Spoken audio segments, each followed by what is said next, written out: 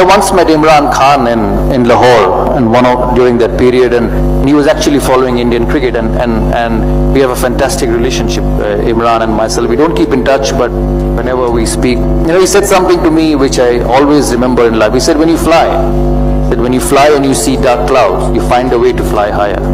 And I remembered those words during that period. I trained hard. When I came back and played for those next 3 years, and I finished in 2009, as I announced my retirement, I remember at lunch, Sachin came up to me and said, why did you take such a decision? I said, I had enough and I don't want to play anymore. He said, this is the best I've seen you play in the last 3 years. The last 3 years were the best you've batted in your career. So, in life, when you get tested, when you get rejected by everyone, or when you get pushed aside, you actually get the best out of you.